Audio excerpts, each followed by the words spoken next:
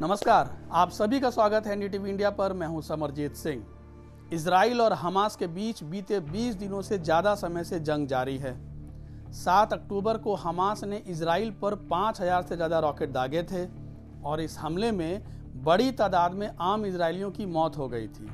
इसके बाद इजराइल और हमास के बीच रॉकेट दागने और एक दूसरे पर हमला करने का जो सिलसिला शुरू हुआ वो अब तक लगातार जारी है। हमास के हमले के बाद इजरायली पीएम ने ऐलान किया कि अब वे तब तक नहीं रुकेंगे जब तक हमास का नामो निशान नहीं मिटा देते। हालांकि शुरू में लग रहा था इजराइल इस बार हमास को अगले कुछ ही दिन में खत्म कर डालेगा, लेकिन ऐसा हुआ नहीं। इसके उलट हमास ने इजराइल पर लगातार जवाबी हमले किए और अब तक वह हथियार डालने को तैयार नहीं दिख रहा है। सिर्फ गाजा पट्टी से ऑपरेट करने वाला हमास इतने दिन तक इजराइल का सामना कर पाएगा या शायद ही किसी ने सोचा होगा। लेकिन वह ना सिर्फ जंग में डटा हुआ है बल्कि लगातार पलटवार भी कर रहा है।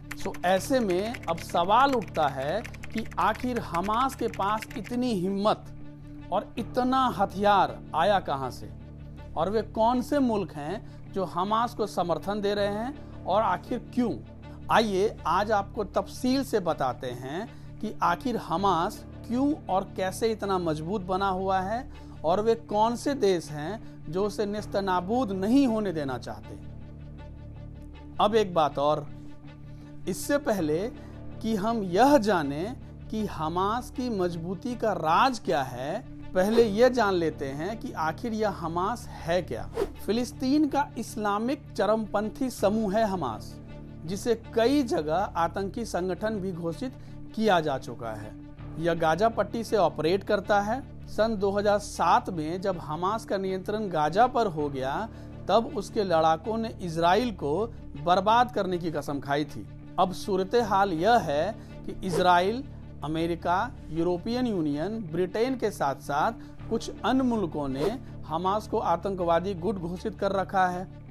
लेकिन इन सब के बीच ईरान हमेशा से हमास का समर्थन करता रहा है और उसे हथियार और सैन्य प्रशिक्षण भी मुहैया करवाता रहा है। अब सवाल ये उठता है कि इजराइल और हमास लड़ क्यों रहे हैं। गाजा और वेस्ट बैंक यही दो इलाके हैं जो हमास और इजराइल के बीच लड़ाई की अहम वजह रहे हैं। दोनों इलाके फिलिस्तीनी क्षेत्र के रूप में जाने जाते हैं। इनके अलावा पूर्वी यरूशलेम और समूचे इजराइल को भी रोमन काल में फिलिस्तीन क्षेत्र का ही हिस्सा माना जाता था। बाइबल में इसे यहूदी साम्राज्य की जमीन के तौर पर जाना गया और इसी वजह से यहूदी इसे अपनी प्राचीन मातृभूमि मानते हैं और यही संघर्ष की सबसे बड़ी वजह है। इजराइल को एक मुल्क के तौर पर मान्यता 1948 में दी गई। हालांकि इजराइल के अस्तित्व को मान्यता नहीं देने वाले आज भी इस क्षेत्र को फिलिस्तीन का हिस्सा मानते हैं।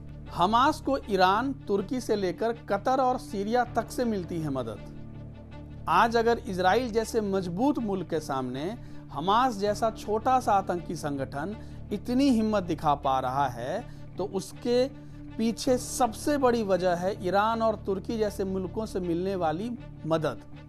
दरअसल हमास की हिम्मत के पीछे उसे मिल रही फंडिंग भी बहुत बड़ी वजह है। वैसे हमास को कई मुल्कों से माली इमदाद यानी वित्तीय सहायता मिलती है।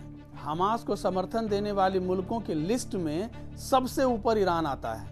वही ईरान जिसने लेबनान में आतंकी संगठन हिजबुल्लाह की स्थापना में बड़ी भूमिका निभाई थी।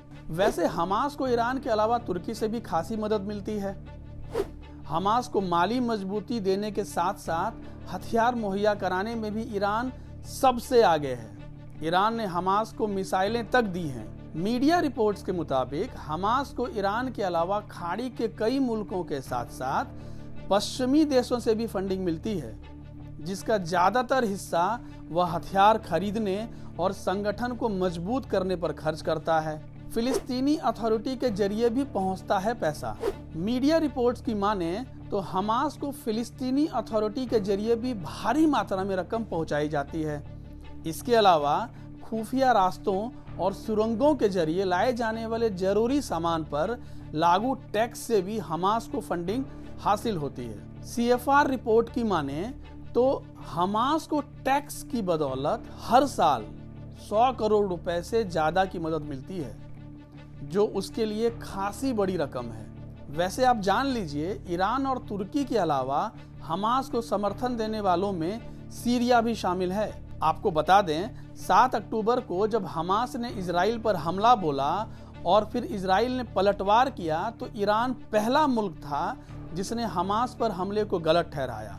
इतना ही नहीं, फिलिस्तीनियों के समर्थन में ईरान में बड़े बड़े प्रदर्शन भी हुए। तो अब ऐसे में सवाल उठता है कि ईरान हमास की मदद क्यों करता है और क्यों वह इतना मुखर होकर फिलिस्तीनियों के साथ खड़ा दिखता है। जानकारों की माने तो ईरान ऐसे मुल्क के तौर पर दुनिया में पेश होना चाहता है जो इस्लामी दुनिया के नेतृत्व का मजबूती से दावा कर सके। जानकार ये भी मानते हैं कि इजराइल और हमास के बीच जारी जंग के दौरान अपने रवैये से ईरान साबित करना चाहता है कि वह फिलिस्तीनी मुद्दे को जोर शोर से उठा रहा है और इस पर खुला स्टैंड भी ले रहा है। फिलिस्तीन एक इस्लामिक मुद्दा है, सो ईरान हमास का खुलेआम समर्थन कर यह संदेश भी देना चाहता है कि अरब दुनिया के अन्य मुल्क अमेरिका के पीछे चलते हैं और वह अकेला ऐसा मुल्क है जो फिलिस्तीनियों के साथ खड़ा है। चूंकि अरब के देश फिलिस्तीनियों का साथ खुलकर देने से हिचक रहे हैं, सो ऐसा वह अकेला मुल्क है जो हिजबुल्लाह या हमास को फिर से ताकतवर बनाकर इजराइल को काबू में कर सकता है।